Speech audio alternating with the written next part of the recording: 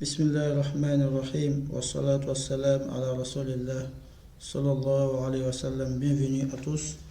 Pour le Messie Allah subhanahu wa ta'ala, pour ses grâces, nous faisons des prières ainsi que des salutations sur notre bien-aimé Mohammed alayhi wa sallam, sa famille, ses compagnons et tous ceux qui suivront le pas jusqu'au jour de la résurrection.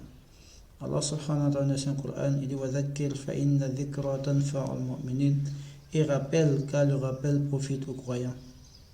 Très chers frères et sœurs en la foi, Allah subhanahu wa ta'ala nous informe dans son Coran, il dit man amila salihan fali nafsihi wa man asaa fa alayha wa la taziru waziratun wizra ukhra. Il dit celui qui commet une bonne action, il le commet pour son propre compte, et celui qui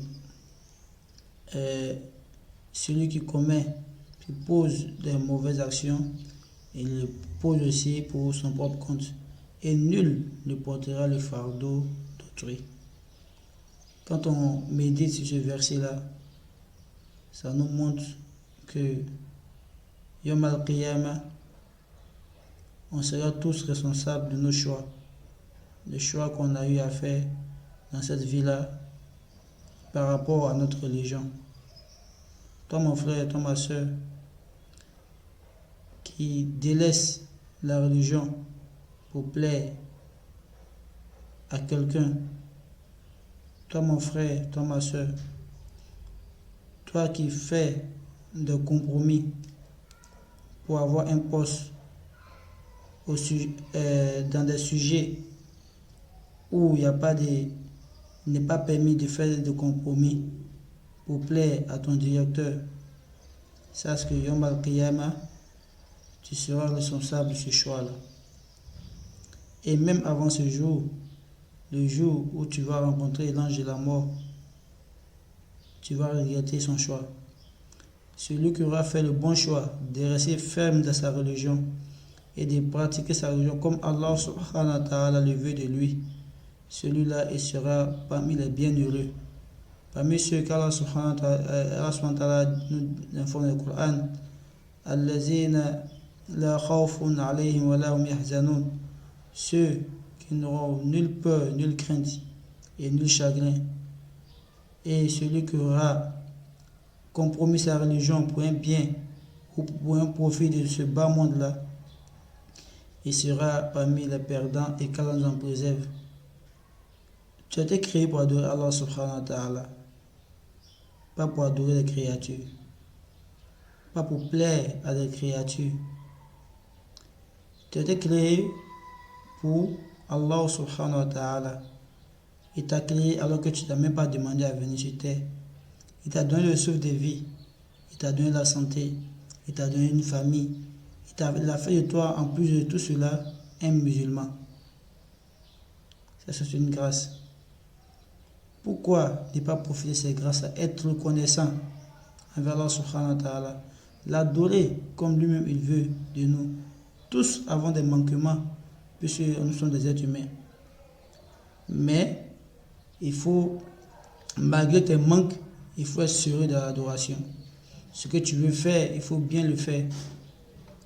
Ce que tu veux faire, il faut bien le faire et il faut le faire pour Allah subhanahu wa ta'ala.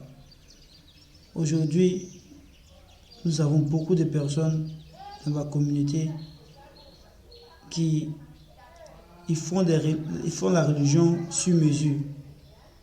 Ça, c'est quelque chose à éviter. La religion appartient à Allah subhanahu wa ta'ala. Et c'est lui qui nous dicte ce que nous devons faire et ce que nous ne devons pas faire. On ne prend pas de la religion ce qui nous plaît. On fait ce que Allah subhanahu wa ta'ala veut. Dans la mesure de nos possibilités. Les obligations, on les fait toutes. Maintenant, quant au reste, on fait dans la mesure de nos possibilités. Il ne faut pas faire de compromis dans ta religion. Il faut que tu restes ferme. Tu seras seul de ta tombe. Les gens y vont. Les gens y vont, les gens y meurent. Et à chaque décès,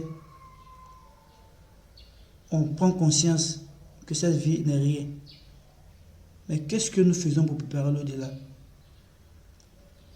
Une fois qu'on quitte les janazas, on quitte le cimetière, nos cœurs se renferment, deviennent durs, tels une roche.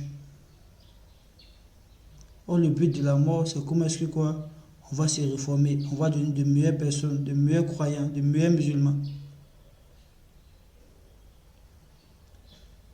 Comme je le disais tantôt, ça c'était un rappel afin de nous exhorter à faire le bien pour Allah subhanahu wa ta'ala et qu'on sache qu'on sera seul de sa tombe et qu'on répondra de nos actions bonnes ou mauvaises yawm al-qiyamah seul, pas avec nos familles, pas avec nos amis, pas avec la société, Inch'Allah. Qu'elle nous aide, qu'il nous préserve, qu'il nous guide sans cesse droit le chemin et pardonne nos péchés et nos manquements. Haza wa salamu alaikum wa rahmatullahi wa barakatuh.